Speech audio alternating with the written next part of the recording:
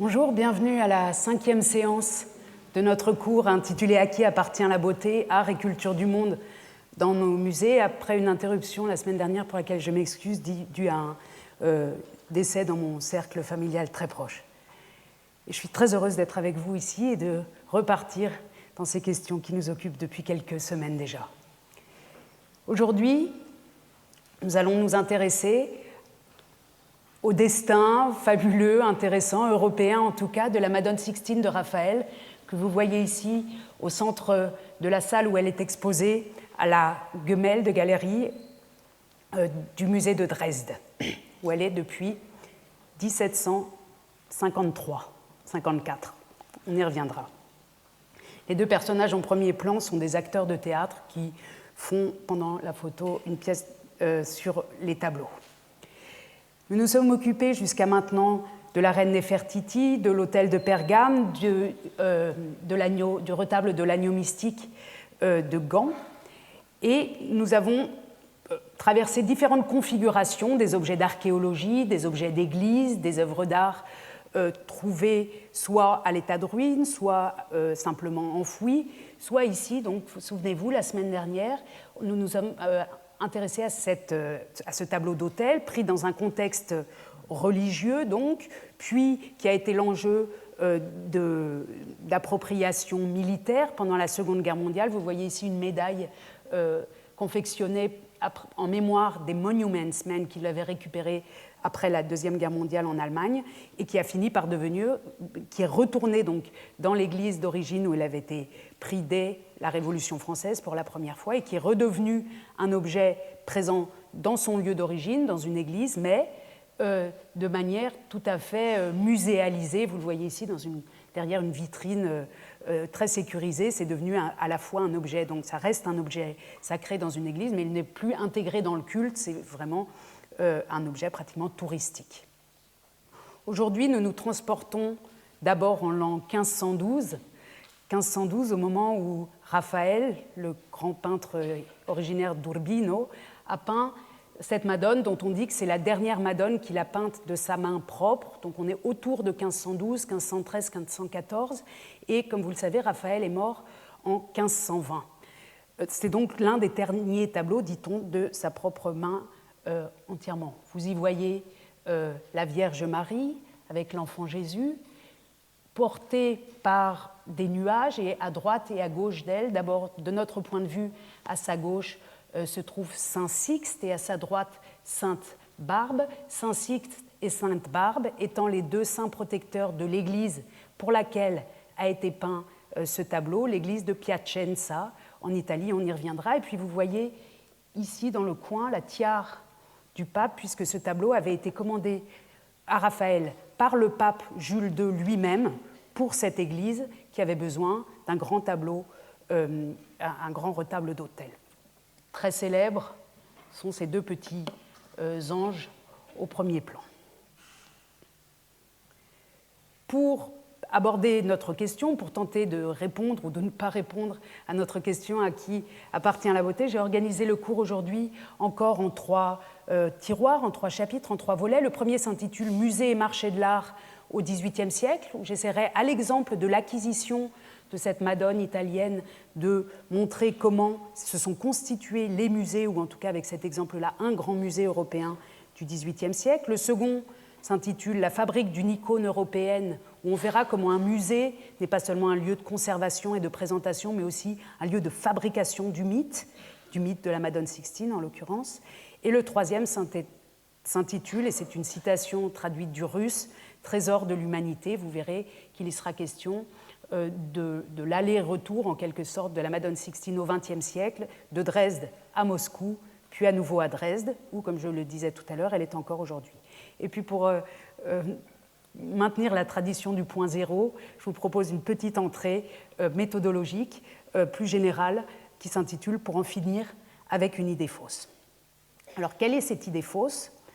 Cette idée fausse, c'est qu'on l'a déjà abordée ou approchée un peu la semaine dernière, c'est qu'au moment de la Révolution française est né le musée public en Europe. C'est l'idée qu'ont souvent les Français, mais pas seulement. Les Allemands pensent la même chose et souvent les Italiens aussi. On va voir comment s'est construite cette idée.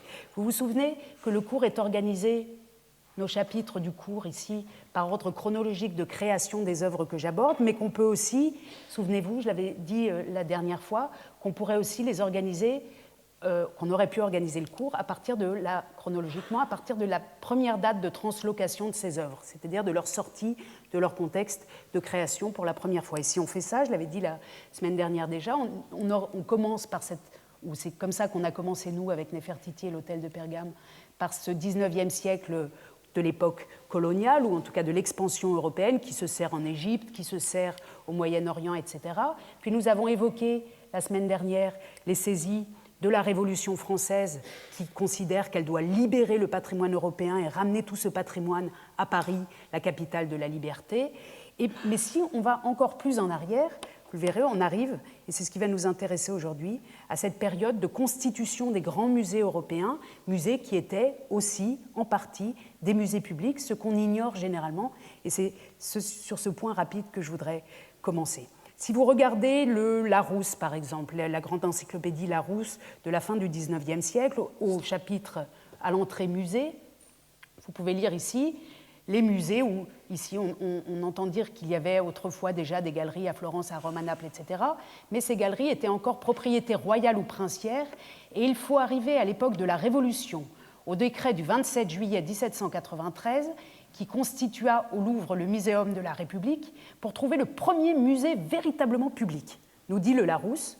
Donc Larousse sait bien qu'il y a eu des musées auquel le public avait accès avant, mais enfin il affirme que le premier vraiment public, c'est avec la Révolution française. Et cette idée-là, formulée comme ça, on la retrouve aussi dans d'autres dictionnaires. D'ailleurs, c'est celui-ci, le Larousse, le grand dictionnaire universel, pardon, je les ai inversés. Ici aussi, vous pouvez lire des choses du genre. Ce n'est guère que depuis la Révolution que les musées sont devenus de véritables institutions publiques, dépendant en certains pays du domaine de la couronne, mais inaliénables et ne pouvant recevoir de modifications importantes sans l'assentiment des représentants de la nation. C'est la France républicaine de 1789 qui, en cela, comme en tant d'autres choses, a eu l'honneur de donner l'exemple aux autres pays. Comme aujourd'hui nous nous préoccupons de l'achat de la Madone Sixtine par Dresde, c'est-à-dire à la fois par le roi, l'électeur de Saxe, qui était aussi roi de Pologne à l'époque, mais qui l'a mise dans un musée public, il fallait qu'on brise cette idée trop républicaine du musée. Et je voudrais vous rappeler simplement, certains d'entre vous le savent, comment la géographie des musées en Europe se présentait avant la Révolution française. Vous voyez, à Florence, à Rome, à Naples, des musées publics. À Florence, ce sont les offices, l'un des plus grands. Alors, quand on parle de musées publics, ça ne veut pas dire qu'ils sont propriété de la nation, puisqu'il n'y a pas de nation-État en ce sens-là, mais c'est des musées accessibles au public. C'est ce que je veux dire là. Je vais y revenir dans un instant. Mais les offices à Florence sont accessibles au public bien avant la Révolution française. À Rome, le musée Pio-Clémentin est un musée que visitent tous les Anglais, les Allemands, les Européens qui font leur grand tour en Italie, également au XVIIIe siècle. À Naples, le premier musée d'archéologie ouvre avec les fouilles de Pompéi, et il est également accessible au public. Donc pour le domaine italien, c'est un peu mieux connu peut-être en France, mais dans le domaine allemand également, vous avez à Munich, à Vienne, à Dresde, à Cassel, à Brunswick, à Düsseldorf, j'ai oublié tout en haut, Schwerin, vous avez des galeries qui appartiennent aux différents souverains, mais que ces souverains, dans l'esprit des Lumières, dès les années 1750, 60, et puis alors vraiment de manière très affirmée dans les années 1779-80, ouvrent au public. Les seuls qui, avant la Révolution française, n'ont pas de musée ouvert au public, c'est en effet les Français, la France. Il y a vraiment, et ça explique d'ailleurs l'énergie que mettra la Révolution française à créer un musée public. C'est pour rattraper en quelque sorte le retard en 1793. Je vous montre simplement quelques images pour que vous voyez que je n'invente pas n'importe quoi et qu'en effet, les musées, dès le début du XVIIIe siècle en Allemagne, commencent à se former. Vous voyez ici une maquette du château de Düsseldorf, par exemple, et on voit que les collections princières commencent à être installées dans des bâtiments spéciaux qui ont une entrée à elles. C'est-à-dire que quand on voulait voir au XVIIIe siècle, ce qu'a fait Montesquieu par exemple, les collections de l'électeur, enfin ici de Düsseldorf, il pouvait entrer par une entrée séparée. Ce n'était pas intégré dans l'étiquette des souverains. Donc ça, c'est le premier signal que les musées ou que des galeries commencent à s'ouvrir, en tout cas à la ville et aux visiteurs. Ça, c'est un exemple très précoce. Le second exemple de galerie de ce type, le premier est de 1701 à Brunswick. Autre exemple très célèbre, plus tard dans le siècle, le musée Fridericianum, où a lieu maintenant aujourd'hui à Cassel, enfin depuis quelques années, depuis la guerre, la Documenta, bien connue, cette foire d'art contemporain. Le musée Fridericianum est un musée construit pour être un musée dès 1779 et accessible au public en général. On a les livres, les inventaires des personnes qui sont venues. On sait que Goethe y est allé, que le public européen qui allait dans les foires du livre, les marchés, etc., à Kassel, passait toujours aussi par le musée. Autre exemple, à Dresde, et ce n'est pas l'exemple qui nous occupe, le nôtre c'est la galerie de tableaux, mais un autre exemple, celui de 1785, la création ou bien le recyclage, le réinvestissement du palais japonais de Dresde. Et là, on le voit assez mal à cause du contraste, mais vous voyez ici écrit Museum Usui Publico Patens, c'est-à-dire que dès 1785, sur le fronton, ce palais japonais affirme qu'il est un musée fait pour l'usage du public. Et c'était un musée d'antiquité au XVIIIe siècle. Ces musées ne sont pas seulement des bâtiments autonomes où le public peut circuler, le public européen, mais ils ont également des catalogues. Je vous montre ici le catalogue donc, de la galerie de Dresde qui va nous occuper, qui est ici de 1771. Mais avant même, il y avait une version française de 1765. Souvent, on trouve aussi des versions italiennes. Ce sont des petits livres de format le double d'un téléphone, vous voyez, enfin, petit format pas cher. C'est fait pour les touristes. Ce ne sont pas des grandes publications prestigieuses qui servent de dons diplomatiques. Ce sont des petits catalogues qu'on achète quand on va au musée. Et ça aussi, c'est un indice. Il y a beaucoup d'éditions successives. Un indice de l'utilité publique et de l'usage public de ces musées. Je vous montre la préface française, l'avant-propos de ce catalogue des tableaux de la galerie électorale de Dresde, donc celle où était notre Madone Sixtine à cette époque-là. Il y était depuis 10 ans quand ce catalogue paraît, et on lit tout de suite, dès le début, le grand but de ces précieux assemblages de tableaux auxquels on attache le nom de galerie est moins de faire le pompeux étalage d'une magnificence respectable à certains égards que de l'ennoblir par des vues qui ont pour objet le bien public avec un grand B. C'est l'utilité publique, le bien public. Ces trésors servent autant à honorer et éterniser la mémoire des hommes qui se sont rendus illustres par leur génie et distingués par leur talent, qu'à conserver les monuments de l'art qui ornent l'esprit en formant le goût de la nation. Donc on voit un texte ici qu'on aurait pratiquement pu attendre sous la Révolution française, mais on est en 1765, donc bien avant, où le roi, l'électeur de Saxe, fait dire dans son catalogue de son musée, avec sa collection, tout ça c'est pour le bien public.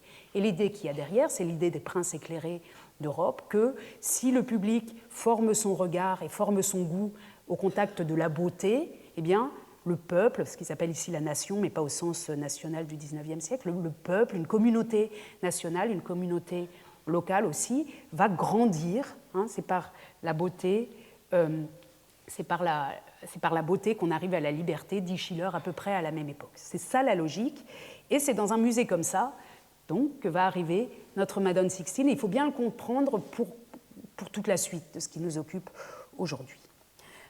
Alors le titre ici est un peu ambitieux, Musée et marché de l'art au XVIIIe siècle, c'est un sujet sur lequel on pourrait tenir plusieurs semaines. On va simplement regarder, nous, ensemble, comment a été acquis ce tableau, cet unique tableau, entre 1752 et 1753, ça a pris 3 ans quand même, et voir dans quel type de collection il est intégré et comment une collection comme ça a pu se former.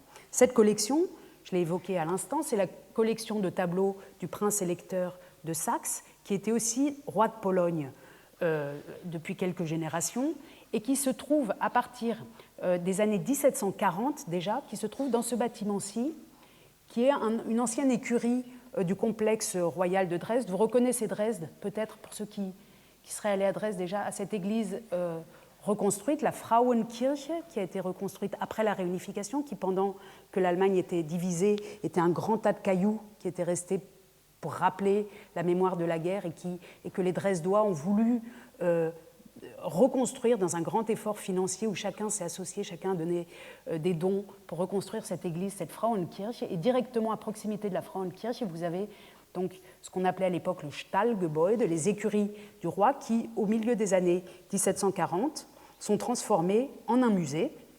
Je vous remonte là rapidement la situation pour que vous compreniez bien. Vous voyez donc ici les écuries, c'est-à-dire ce bâtiment-là. Ici, le Residenzschloss, c'est-à-dire le château, là où résident l'électeur et roi. Et ce qui nous intéresse, nous, c'est ce couloir qui lie l'un à l'autre. Vous voyez qu'on est liés ici, donc on n'est pas dans le château, on est vraiment dans une galerie séparée qui a une vue sur une place. L'entrée se fait ici, mais on est quand même à proximité du château. Et ce musée, en voilà une maquette qui a été réalisée il y a quelques années par le musée de Dresde. Ce musée comporte une collection qui est à la fois la collection que cet électeur de Saxe dont il avait hérité de ses prédécesseurs, mais surtout ce qu'il acquiert aussi lui-même. Et on voit ici donc à peu près 1 millier de tableaux. 1 millier de tableaux, vous allez voir tout à l'heure comment ils sont agencés dans ce bâtiment qui aujourd'hui est devenu un musée des techniques et des transports. C'est pour ça qu'on ne regarde pas dans la vraie fenêtre, mais à l'intérieur de la maquette. Alors ce musée, au XVIIIe siècle, a la fonction suivante. Pour tous les Allemands qui ne peuvent pas aller en Italie pour des raisons, par exemple, financières, c'est l'Italie. C'est une grande collection d'art italien et d'art néerlandais. Et tous les historiens de l'art, tous les intellectuels du XVIIIe siècle, alors Goethe, Winkelmann qui est originaire de Dresde, les frères Schlegel, les frères Grimm, tout ce monde-là, quand il a 20 ans, quand il fait son premier voyage hors de sa ville d'origine, qui peut être Kassel, Berlin, etc., va à Dresde, et à Dresde découvre l'Italie. C'est l'Italie sur place, en quelque sorte, d'une part, et d'autre part, c'est un lieu où viennent les visiteurs étrangers, et j'ai apporté un simple exemple, celui du peintre Fragonard, qui vous est sans doute connu, qui a fait un grand voyage en Italie avec son mécène Bergeret, et qui, au retour, est remonté par Dresde et Vienne pour voir les musées de Dresde et Vienne, et les deux ont tenu un journal et écrivent ceci à propos de Dresde. À Dresden, mardi 23 août, on est dans les années 1770, vous voyez ici 1774, à Dresde, mardi 23 août, il faut recommencer tous les matins à 8 heures à revoir les galeries, et toujours elles sont nouvelles et remplissent très bien l'idée que nous en avions, et c'est une ressource inépuisable pour les gens d'art et pour les amateurs.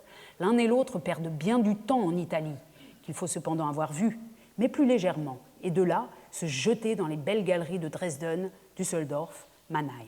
Donc on voit que là, dans les années 1770, bien avant la Révolution française, même des visiteurs français sont épatés, c'est l'impression qu'on a quand on lit ces récits de voyage, sont étonnés, sont stupéfaits parfois de la richesse de ce qu'ils trouvent dans ces musées, et en particulier à Dresde. Alors la galerie de Dresde, si on ouvre le chapeau de ce modèle, de cette maquette en bois, se présentait en 2 galeries, une galerie extérieure et une galerie intérieure. La galerie extérieure étant réservée à la peinture néerlandaise et flamande, la peinture du Nord en quelque sorte, et le Saint des Saints, le cœur du musée, était réservé à l'école italienne. Les tableaux, comme vous le voyez, sont... Alors ici, c'est une reconstruction scientifique réalisée par un collègue, Tristan Weddingen, qui a essayé de reconstruire l'accrochage. On a peu de sources pour faire cela, mais vous voyez que c'était un accrochage vraiment au touche-touche, avec une certaine logique, mais qui n'est pas une logique chronologique ou une logique par école, qui est plutôt une logique visuelle. Donc ces tableaux sont les uns à côté des autres, comme ça.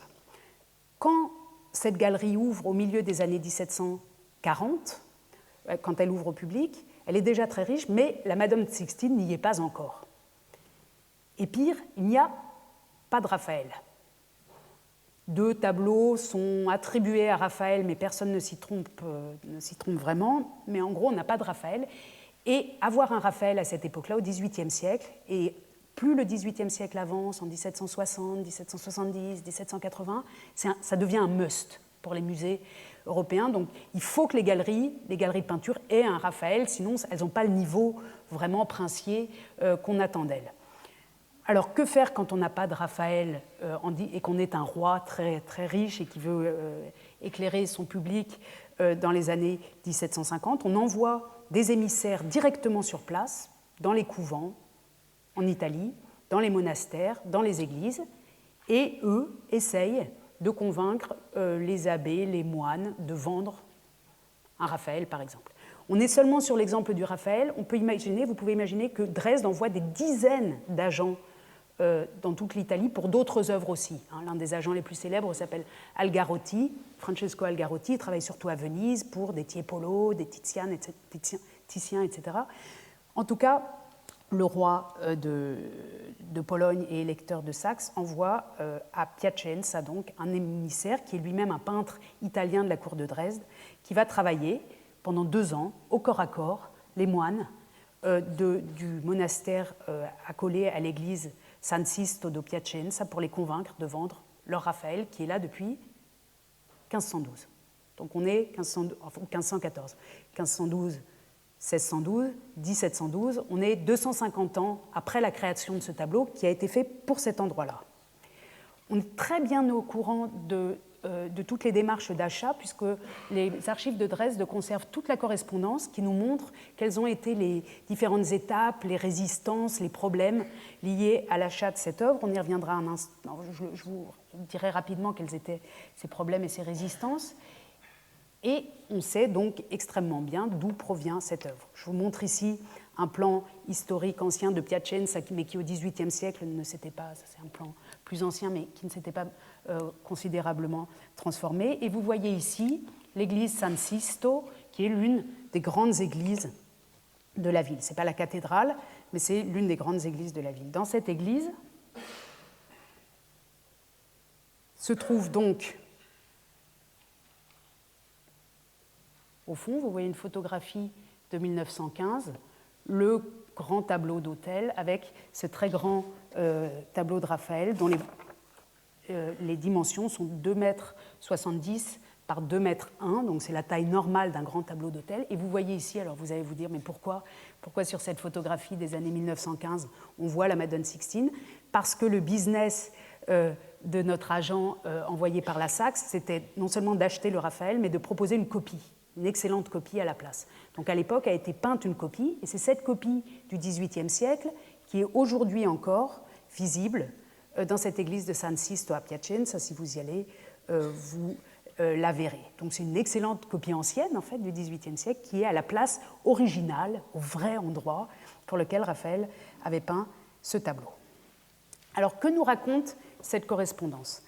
D'abord peut-être faut-il que je dise ici qu'elle a été publiée en 2012 dans une très grande exposition dont je vous recommande le catalogue à Dresde, une exposition organisée pour fêter les 500 ans de la Madone Sixtine, 1512-2012. Et à cette occasion, les conservateurs de Dresde ont pris cette correspondance, l'ont transcrite, c'est tout en italien, bien sûr, et l'ont traduite en allemand.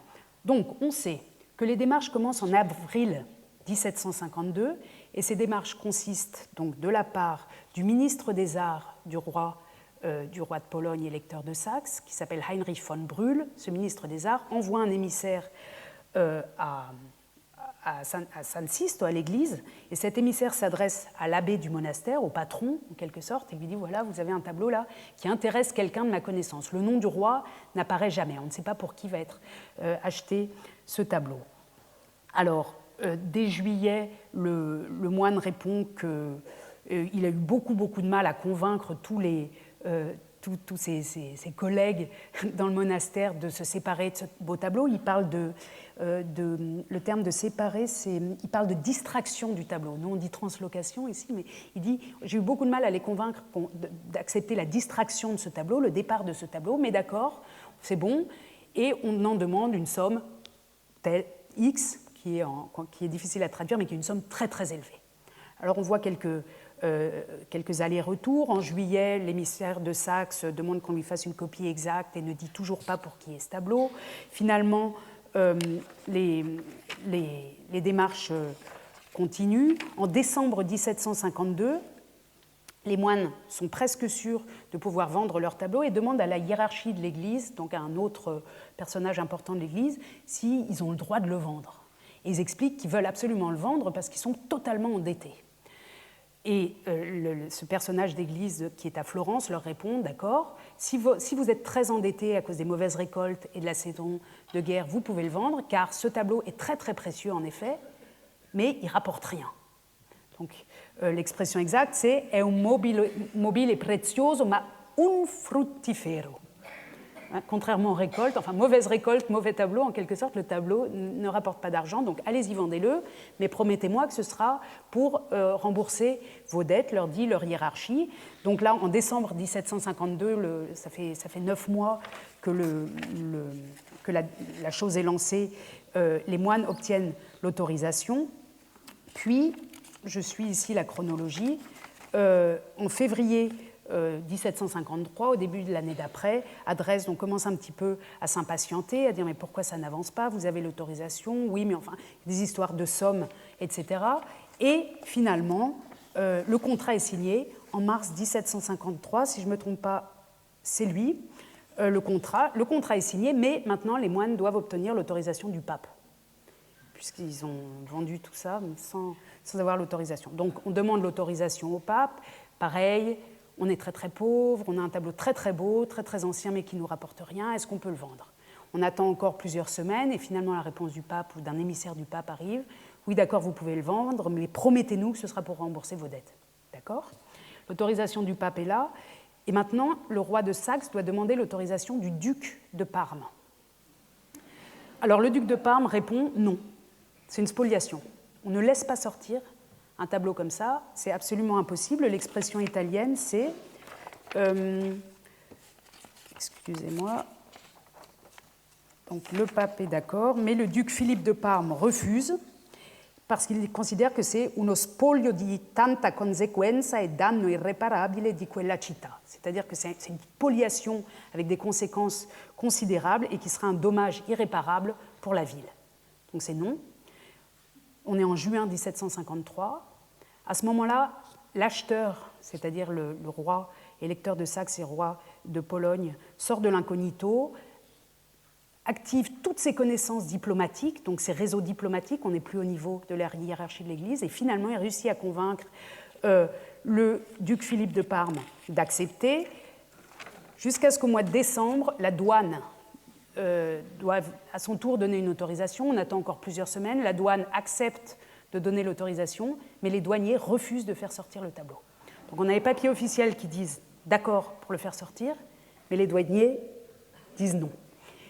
Et l'affaire continue encore pendant quelques semaines, jusqu'à ce que l'œuvre arrive à Dresde en mars, je crois, en janvier 1754, donc ça a pris 2 ans pratiquement en tout, et l'émissaire italien qui s'était occupé de tout ça écrit une dernière lettre, il dit « j'en peux plus, je suis complètement épuisé », mais enfin, voilà, le tableau est là, il est arrivé à bon port. Ce tableau qui avait été peint par Raphaël à Rome pour Plaisance, Piacenza, avait été peint exceptionnellement pour l'époque sur de la toile et pas sur du bois, donc le transport par les Alpes, etc., s'est fait sans dommage. Le tableau n'a pas été endommagé, et il arrive donc en janvier 1754 dans notre musée, dont vous avez vu tout à l'heure la maquette.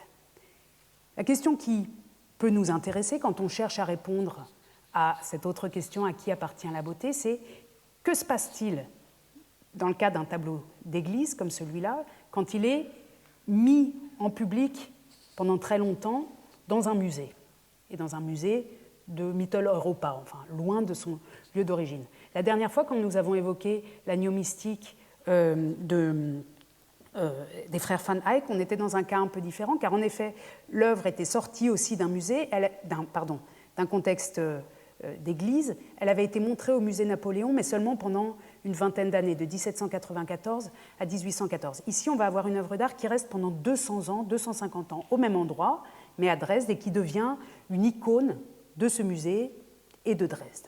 Donc la question qui se pose, c'est que se passe-t-il au musée pour qu'une œuvre change de statut ici, avec les conséquences qu'on va voir au XXe siècle. Alors le musée, et le musée de Dresde, et cette œuvre-ci en particulier, est un lieu où à la fois, il manque un i, l'original lui-même va devenir presque un lieu, un motif de pèlerinage pour des visiteurs, d'une part. Donc le musée accueille à l'original, est le lieu de l'original et le sacralise, vous allez voir comment, d'un côté. Et de l'autre côté, le musée est un lieu où se fabriquent des reproductions, et tout au long du XIXe siècle, du XVIIIe puis du XIXe siècle, les techniques de reproduction s'améliorent, et plus on peut reproduire cet unique, authentique original du musée de Dresde, plus l'original prend de la valeur. plus, en quelque sorte, il se dévalorise par la reproduction, ou en tout cas, il se multiplie par la reproduction, plus le désir de voir et peut-être aussi d'avoir l'original augmente. Je vous montre comment ça peut marcher. Bien sûr, il faudrait passer beaucoup plus longtemps sur chaque élément, mais enfin, pour que vous ayez une idée. Donc, en 1746, le musée est ouvert. Notre Madone Sixtine arrive au début de l'année 1754 et très vite, elle va être reproduite par la gravure. La plus célèbre gravure date de 1783 d'un certain Schultz, une très grande gravure qui circule dans les milieux intellectuels européens très vite. On trouve la trace de cette gravure ici à Paris et dans d'autres grandes collections.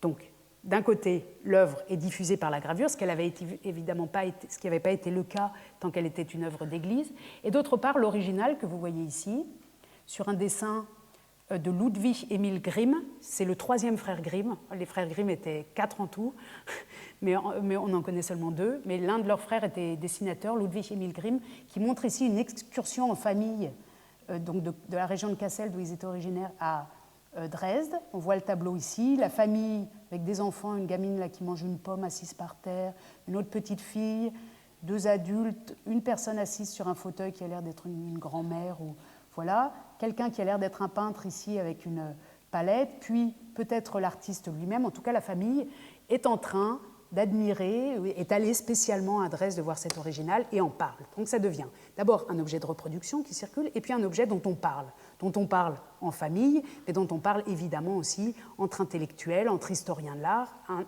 objet qui va être décrit par de nombreux auteurs célèbres. Alors, vous voyez, je suis les deux pistes. D'un côté l'original, de l'autre côté la reproduction. À la même période, la reproduction se diffuse, ou des reproductions se diffusent dans toute l'Europe, et en particulier dans le domaine germanique ou germanophone.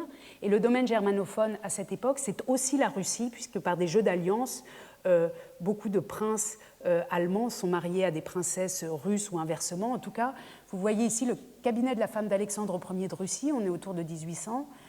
Elisabeth Alexeyevna, qui est en fait Louise de Bade, et dans son palais d'hiver à Saint-Pétersbourg, vers 1800 donc, elle a une grande copie de la Madone Sixtine, copies qui peuvent donc être des copies par technique, comme des gravures, mais aussi des copies de peintres faites directement devant l'original, puisque les musées étaient aussi faits pour les peintres et pour confectionner ce genre de copies. Je vous en montre quelques autres, c'est un petit choix rapide, on en trouve beaucoup. Dans d'autres intérieurs du début du XIXe siècle, vous voyez parfois, alors ici on est chez la duchesse Nikolai dans le palais Anichkov à Saint-Pétersbourg également, dans les années 1820, un peu plus tard, vous voyez simplement le détail des anges.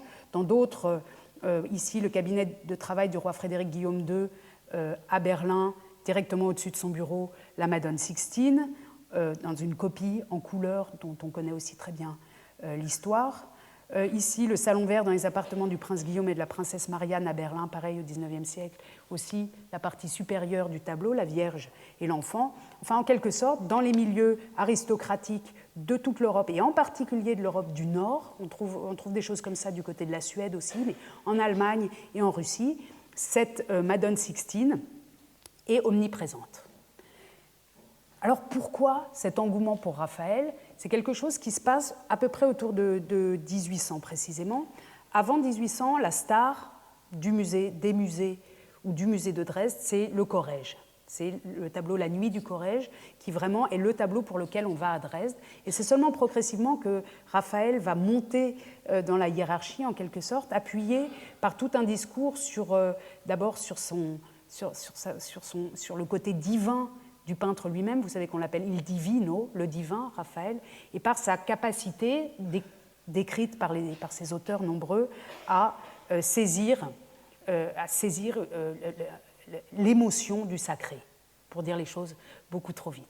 Donc Raphaël devient un héros du XIXe siècle, un héros qui est un peu différent. Le Raphaël des Français n'est pas tout à fait le même que le Raphaël des Anglais, que le Raphaël des Allemands. Alors vraiment, les Allemands, c'est leur Raphaël, en quelque sorte. Et il y a une littérature extrêmement nombreuse, y compris la première monographie que je vais vous montrer dans un instant, le premier livre consacré seulement scientifiquement par un historien de l'art à un peintre. Cette première monographie est consacrée à Raphaël. Ici, je vous montre encore, pour vous prouver combien ce tableau était diffusé, donc au-delà de son lieu de conservation qui était Dresde. Ici, le bureau de Wilhelm Grimm, Guillaume Grimm, l'un des deux frères Grimm, qui lui aussi, derrière lui à son bureau, a la célèbre gravure que je vous montrais tout à l'heure. D'ailleurs, c'est intéressant de voir d'un côté Raphaël et de l'autre côté Dürer, qui au XIXe siècle marchent absolument ensemble. Il s'agit, vous savez qu'en Allemagne au XIXe siècle et en Allemagne en général, la religion joue un rôle considérable entre les protestants et les catholiques. Et entre Dürer et Raphaël, on a une sorte de synthèse de la question de Dieu, là, qui joue un rôle très important pour l'identité allemande qui est en train de se former au XIXe siècle. Ce qui est un petit peu différent de ce qui se passe, par exemple, en France. On vient de parler donc de ces reproductions précoces de la fin du XVIIIe et du début du XXe siècle, et on sait que la Madone Sixtine elle-même, au début, vous la voyez ici au fond, donc dans cette galerie intérieure, elle est présentée, mais elle est présentée avec les autres, en quelque sorte. Elle n'est pas dans une salle particulière, elle n'est pas mise sur un socle, on n'est pas obligé de passer dans une salle plus silencieuse pour la voir. Elle est avec toutes les autres, dans cet accrochage très serré. Mais au milieu du XIXe siècle, sa notoriété grandissant, la notoriété de Raphaël grandissant, le fait que le nombre de tableaux de Raphaël dans des galeries princières soit assez restreint, finalement, il y en a quelques-uns à Paris, il y en a quelques-uns en Italie, bien sûr, il y en a quelques-uns en Allemagne, mais très peu, à Munich. En tout cas, la notoriété grandissant, on va la changer de place, mais plus tard, au milieu du XIXe siècle.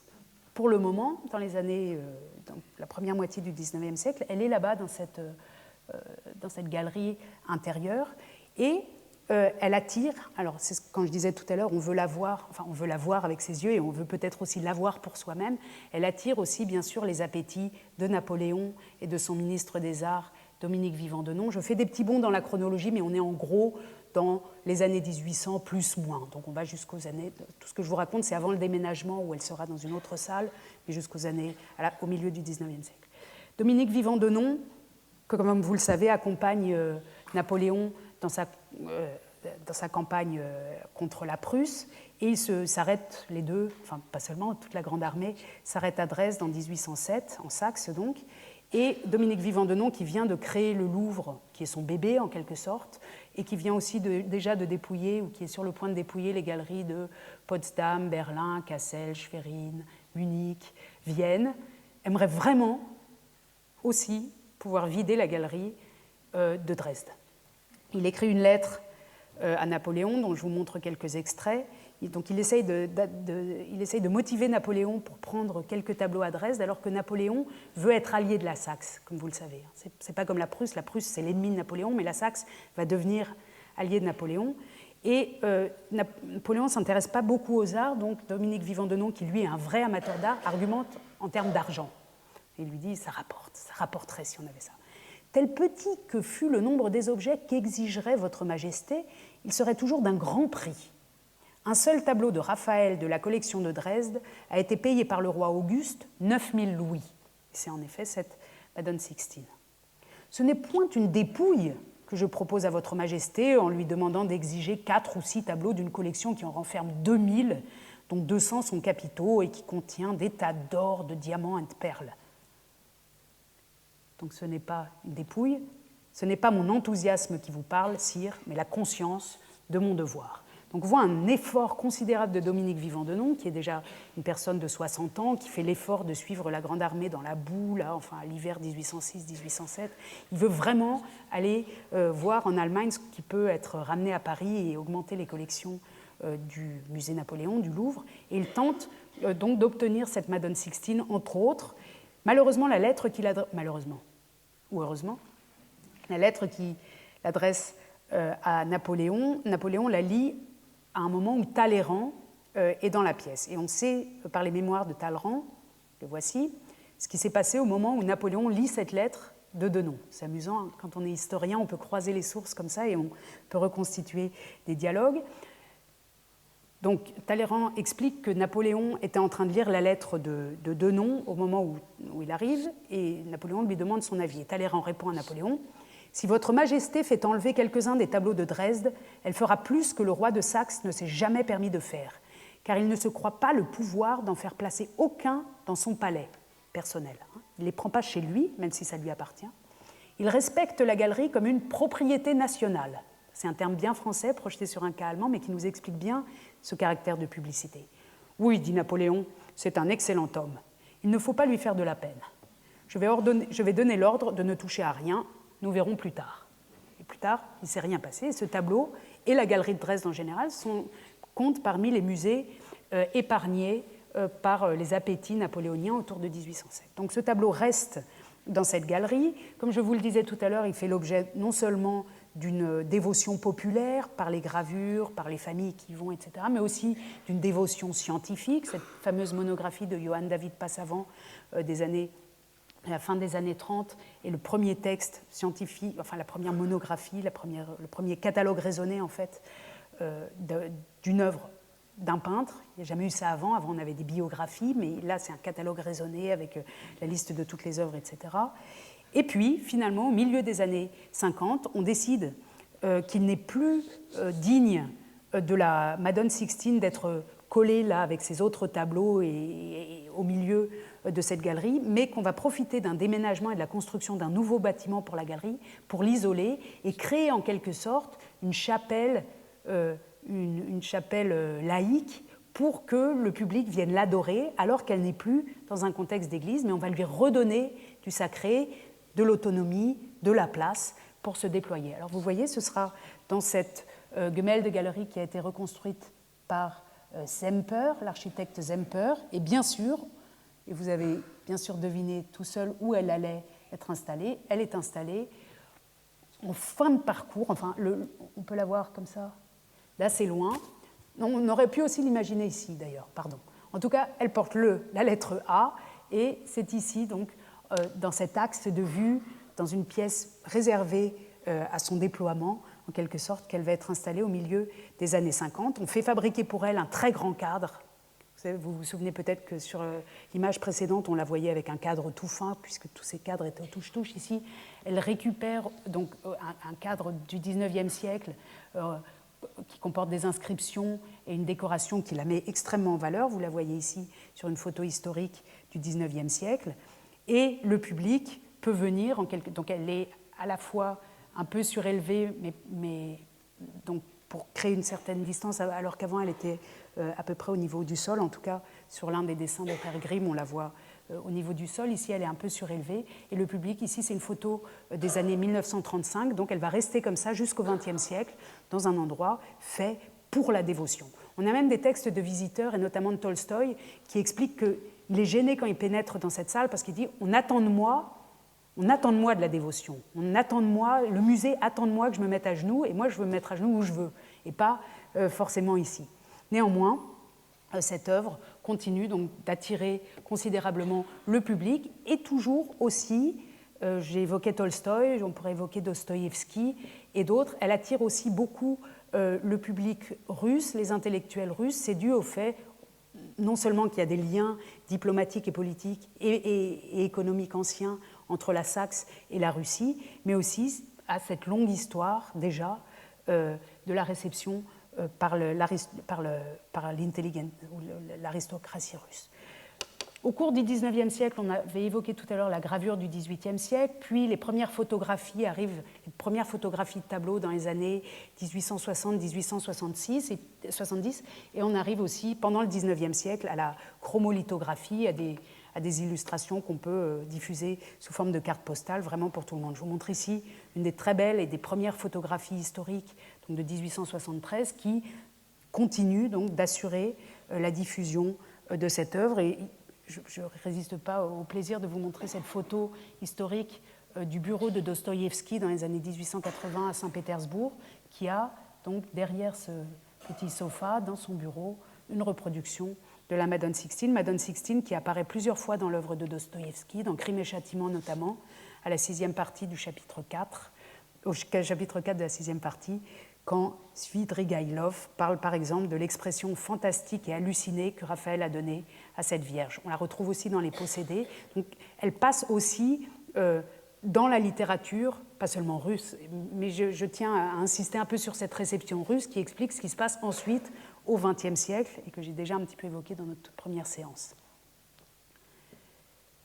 Donc, L'original attire de plus en plus de public, est sacralisé dans le musée. Parallèlement, la reproduction permet que chacun peut avoir son Raphaël au-dessus de son bureau ou derrière son canapé à la maison. Et pour lutter contre ça, est mise en œuvre, enfin, pour lutter donc contre ce que certains considèrent comme une dévalorisation de l'original peint et du geste peint, une initiative est lancée à Berlin dans les années 1860, et elle explique dans ce catalogue que c'est pour lutter contre la photographie et pour les effets néfastes de la photographie, et créer une salle entière qui s'appelle le Raphael-Saal, que vous pouvez voir aujourd'hui encore à Potsdam, qui est une salle muséale très belle dans l'orangerie du château de Potsdam, qui est remplie de copies de Raphaël. Donc l'idée c'est... Alors évidemment, ce ne sont pas les originaux de Raphaël, puisque ceux-là, ils sont dans certains musées au XIXe siècle et ça reste inamovible, mais ce ne sont pas des photographies non plus, ce sont des copies taille nature. Si vous y allez, vous serez étonné de vous retrouver en quelque sorte avec tous les plus grands tableaux de Raphaël réunis dans une salle comme ça. Donc, le musée vient de fabriquer au XIXe siècle, en quelque sorte, ou pendant le long XIXe siècle, à Dresde, quelque chose qu'on peut qualifier d'icône européenne, partagée à la fois par les Italiens qui continuent de considérer que Raphaël est leur Raphaël, par les Allemands qui l'ont physiquement, enfin dans leur collection, par les Russes qui fantasment littérairement sur ce tableau, par les Français, les visiteurs, etc. Voilà. On pourrait écrire vraiment une histoire européenne de ce mythe qui se fait en connexion avec la présence du tableau sacralisé dans le musée. Vous allez entendre du russe, même si vous ne comprenez pas, vous verrez qu'il s'agit de la Madone Sixtine, ici. On regarde une émission de télévision, enfin le journal télévisé, en 2012, au moment où a été ouverte cette fameuse exposition que j'évoquais tout à l'heure, 500 ans de Madone Sixtine. Donc l'exposition ouvre à Dresde, et bien sûr, tout de suite, le journal télévisé russe est sur place. Дрезденской галерее сегодня вспоминают события 60-летней давности, без которых знаменитой коллекции этого музея могло бы не быть вообще. После уникальной реставрации из СССР вернулись сотни картин, в том числе полотна Рубенса, Рафаэля, Тициана. В годы войны нацисты прятали их в сырых шахтах и этим фактически уничтожили. Советские реставраторы совершили тогда чудо. Иван Благой побывал в одном из бывших хранилищ и узнал, как спасали шедевры. Мы находимся у входа в шахту 2, куда были доставлены произведения искусства. Они находились здесь, в укрытии, примерно 10-12 недель, вплоть до того момента, как их обнаружили. Его отец работал здесь на объекте под кодовым обозначением ПЛ в списке. Voilà. Je vous n'inflige pas davantage, mais peut-être que vous aurez compris par vous-même que ou parce que vous parlez le russe, que cette journaliste donc lance le sujet en expliquant qu'une exposition a lieu à Dresde sur la Madone Sixtine. Et elle lance un reportage qui, comme vous le voyez, se passe dans une mine pourrie, enfin en très mauvais état, historique. Et en fait, elle commence à réexpliquer comment les Russes, en 1945, l'Armée rouge, a retrouvé ce monument de l'histoire de l'art caché dans de mauvaises conditions. C'est ce que nous racontent aussi ces témoins. Cachés dans une mine pour échapper aux bombes et puis aussi pour échapper à l'Armée rouge. Donc l'Armée rouge les retrouve. On sait qu'en effet, les tableaux de la galerie de Dresde avaient été évacués au début de la guerre à différents endroits. Vous voyez ici un dessin du directeur du musée de Dresde et on sait que la Madone Sixtine était dans la Albrechtsburg, qui est un château fort à Meißen, à très grande proximité de Dresde. Elle était emmurée dans une alcôve ici à l'intérieur du château, donc on peut dire qu'elle est vraiment protégée, puis c'était emmuré. Ensuite, elle a été déménagée donc, dans ce tunnel qu'on vient de voir. Vous voyez, alors c'est écrit tunnel, ça veut dire tunnel, donc avec une entrée et puis des murs construits ici pour qu'on n'accède pas. À l'intérieur, une baraque, un wagon, et à l'intérieur du wagon, 13 tableaux, mit Sixtina, dont la Madone Sixtine. Donc là aussi, une œuvre évacuée et bien cachée et bien protégée aussi dans une mine pendant les années 40, pendant la guerre. En 1945 arrive donc l'Armée rouge, trouve le musée. D'abord, Dresde a été pratiquement totalement bombardé, le musée est très détérioré et en plus, il est vide, les collections ne sont plus là et toute une brigade se met à chercher ces tableaux. Je l'avais évoqué lors de la première séance, je n'y reviens pas. En tout cas, ces tableaux sont retrouvés et emportés. Alors ces tableaux, c'est des milliers de tableaux, plus des milliers de pièces de porcelaine, plus des milliers d'œuvres tirées de la Kunstkammer de Dresde, ce qu'on appelle la voûte verte, c'est-à-dire toutes les collections de Dresde sont retrouvées et emportées en 1945 en Russie, où elles sont réparties dans un premier temps entre Moscou et Saint-Pétersbourg. Dresde n'a plus de tableaux, plus rien. Berlin non plus, une partie des collections de Berlin, on avait évoqué déjà l'hôtel de Pergame, est aussi emportée en Russie. Et puis une autre partie des tableaux qui avaient été mis en sécurité sont pris par les Américains et centralisés par les Américains dans ce qu'on appelle des collecting points, donc des points de collecte qui sont, dans le cas de Berlin, donc les collections de Berlin sont en Allemagne de l'Ouest, à Wiesbaden, ou dans des lieux comme ça très éloignés. Ce qui veut dire que pour les musées de Dresde et de Berlin, entre 1945 et 1955, les œuvres sont devenues invisibles. On ne voit plus ces œuvres. Les unes sont du côté des Américains, les autres sont du côté des Russes, et ces musées-là n'ont plus rien jusqu'à ce que l'Union soviétique, la première, en 1955, annonce qu'elle va restituer à la DDR, à la RDA, c'est-à-dire à la République sœur, à la petite sœur RDA, qu'elle va restituer les trésors de Berlin et de Dresde. L'URSS le fait avant les Américains, ou elle l'annonce avant les Américains. Vous voyez ici la Pravda, la page de la Pravda qui annonce donc en 1955 que le ministère, donc le Conseil des ministres de l'Union soviétique va rendre environ 750 tableaux à Dresde. Et puis on a une autre, il y a quelques annonces comme ça. Ensuite, on apprend que Berlin va aussi récupérer des tableaux, etc. Et on apprend aussi dans cet article qu'avant de restituer ces tableaux, la Russie va faire une grande exposition au musée Pouchkine des œuvres venues de Dresde et de Berlin. C'est-à-dire qu'elles ont été cachées ou elles sont restées dans des dépôts de 45 à 55 et pour la première fois, on revoit ces œuvres, d'abord à Moscou, en 1955. Vous voyez ici la scénographie de l'exposition au musée Pouchkine à Moscou, donc l'exposition des œuvres qui vont être restituées dans les mois qui viennent, mais qu'on peut pour la première fois voir et revoir après la guerre. Ici, le public qui attend l'ouverture de l'exposition dans le grand escalier du musée Pouchkine, que peut-être certains d'entre vous ont déjà visité, un musée très intéressant. Et puis, la Madone Sixtine, vraiment, alors à nouveau, mise en scène avec ce cordon qui permet de se tenir à distance, quelques marches qui la mettent en hauteur. Donc elle n'a pas son cadre d'origine, celui qu'on avait vu à Dresde, mais enfin, elle est sacralisée ici. Sacralisée, pas seulement, ou peut-être pas du tout, ou peut-être quand même, et c'est ça qui est intéressant dans la polysémie des œuvres d'art, comme une œuvre d'église, mais aussi comme une œuvre de paix, ou comme un objet d'art que l'Union soviétique va restituer dans un geste d'amitié, et vous allez voir qu'il y a une propagande considérable autour de tout ça, dans un geste d'amitié à la RDA. Voici donc la mise en scène de la Madone Sixtine à Moscou dans l'exposition de 1955. Ici, on voit que le public est nombreux. Tout ça est très bien documenté par la photo et par des émissions de télévision. Je vous montre un court extrait où on voit, à vrai dire, la même chose, mais en images mouvantes. Le son est un son postérieur. C'est donc un petit documentaire historique qui a été utilisé dans un film plus tardif, mais regardez surtout les images en oubliant le son. D'ailleurs, je peux l'éteindre. Tac.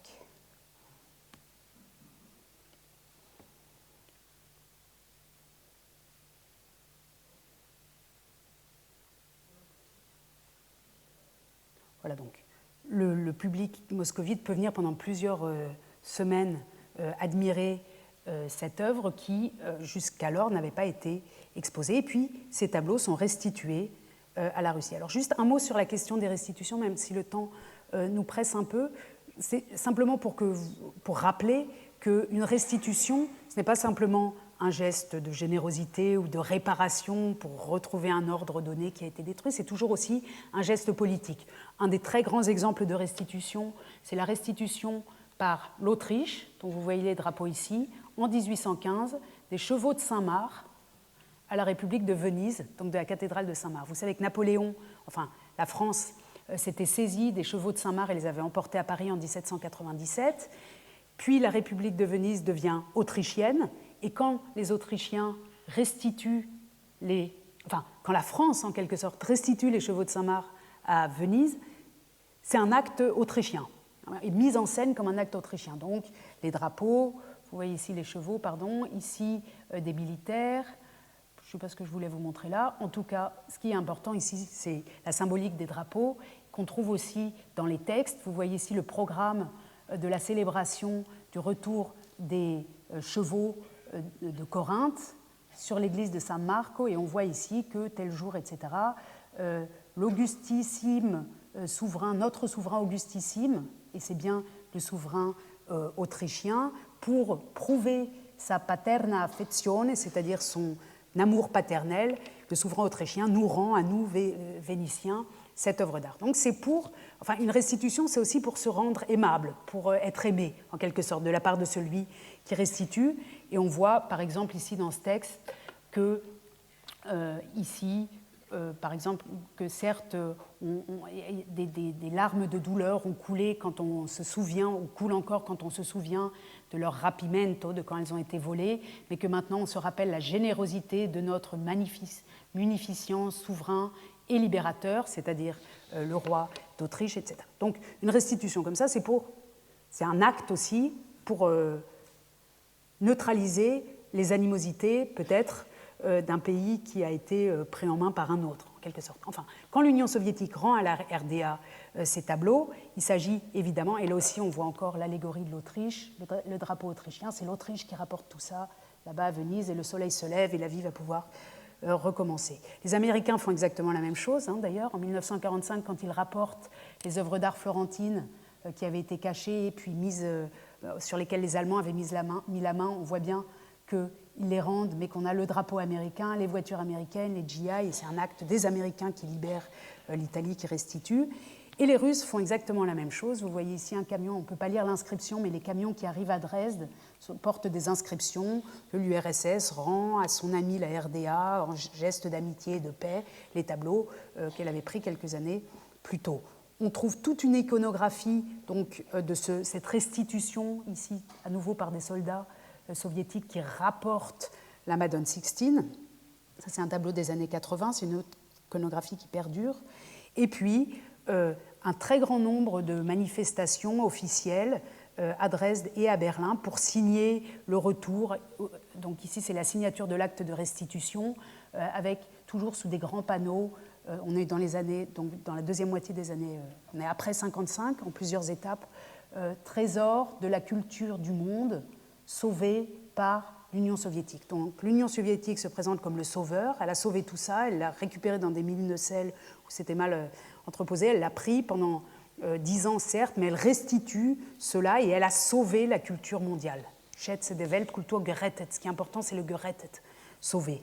Alors on en trouve, là c'est l'acte, par exemple, qui nous rappelle que 703 tableaux ont été rendus, puis 477, et qu'en tout ça fait 1300 tableaux et qu'ils ont été très très bien restaurés avant d'être rendus, etc. Vous voyez d'autres manifestations, des colloques, des discours ici, sous les mots « der Menschheit bewahrt », ça veut dire « sauvé pour l'humanité », ou bien ici encore avec alors, une Néfertiti blanche comme ça. Alors Néfertiti était du côté des Américains à l'époque. Bon, il faudrait creuser un peu la raison pour laquelle elle se trouve ici, mais en tout cas on voit qu'ici la l'Union soviétique rend ces tableaux comme garantie de la paix. Et toute cette dynamique, ici encore une exposition des tableaux à Berlin, Schätze der Weltkultur von der Sowjetunion gerettet, donc à nouveau les trésors de l'humanité sauvée, c'est ça qu'il faut dire, les trésors de l'humanité sauvés par l'Union soviétique, grande exposition ici à Berlin-Est, avant la construction du mur, donc ce n'est pas vraiment Berlin-Est, mais en tout cas sur l'île des musées. Des catalogues sont publiés, le film qu'on avait vu lors de la première séance est aussi tourné à cette occasion. L'intérieur des musées est plein d'explications. Alors vous voyez notre Madone Sixtine ici qui explique que le retour de ces tableaux à Dresde est un geste dans la lutte pour la paix, par exemple. Ou ici aussi, vous êtes un visiteur des années 50, vous allez voir des bronzes dans le Grünes Gewölbe, dans la Kunstkammer de Dresde, et vous voyez ici que ce sont les œuvres restituées par l'Union soviétique. Et puis, c'est vraiment encore en plus gravé dans la pierre. Et donc, à l'entrée du musée, on peut lire que voilà, qu'on remercie infiniment l'Union soviétique d'avoir sauvé ces trésors et de les avoir rendus sous le signe ou en signe de l'humanisme socialiste. Et bien sûr, on remercie beaucoup.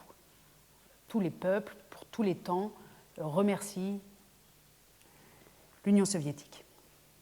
Alors, à qui appartient la Madone Sixtine de Raphaël? Est-ce qu'elle appartient à l'église San Sisto de Plaisance, où certains la réclament encore, en tout cas sur Internet, parfois, mais pas aussi fort que dans d'autres régions du monde. Les Italiens ont une sorte de... Ils semblent avoir... d'être plus détendus peut-être, ou pas encore tendus sur leur patrimoine. En tout cas, on ne trouve pas beaucoup de manifestations de réclamation de la Madone Sixtine, mais cette photo amusante prise donc à l'extérieur de l'église montre voilà, l'Italie qui s'identifie peut-être à son tableau de Raphaël. Est-ce qu'elle appartient à la Russie qui, depuis le XIXe siècle, investit beaucoup par sa littérature, par ses visiteurs, dans cette Madone hallucinée ou extraterrestre, ou qui montre une humanité très forte. Et vous voyez ici un tableau des années 60 qui montre Lénine à Dresde, devant la Madone Sixtine. Il semble que Lénine ne soit jamais allé à Dresde, mais en tout cas, un peintre russe imagine cette scène. Ou est-ce qu'elle appartient à Dresde, à l'Allemagne, aux Staatliche Kunstsammlung, donc aux collections d'État de Dresde, qui ont l'original et qui, d'ailleurs, en font un grand marketing. Enfin, d'abord, ils le conservent très bien, ils en prennent beaucoup soin, mais c'est aussi une affaire de marketing. Est-ce que cette œuvre appartient à l'un d'entre eux, ou est-ce qu'elle n'est pas plutôt, alors vraiment à l'évidence, un objet du patrimoine collectif européen? Je pense que chacun peut répondre pour soi-même à cette question. Et nous nous retrouverons la semaine prochaine avec des bronzes faits par un jésuite italien pour le palais d'été de Pékin, aussi au milieu du XVIIIe siècle, et qui vont occuper beaucoup tout le monde jusqu'à notre époque. Je vous remercie.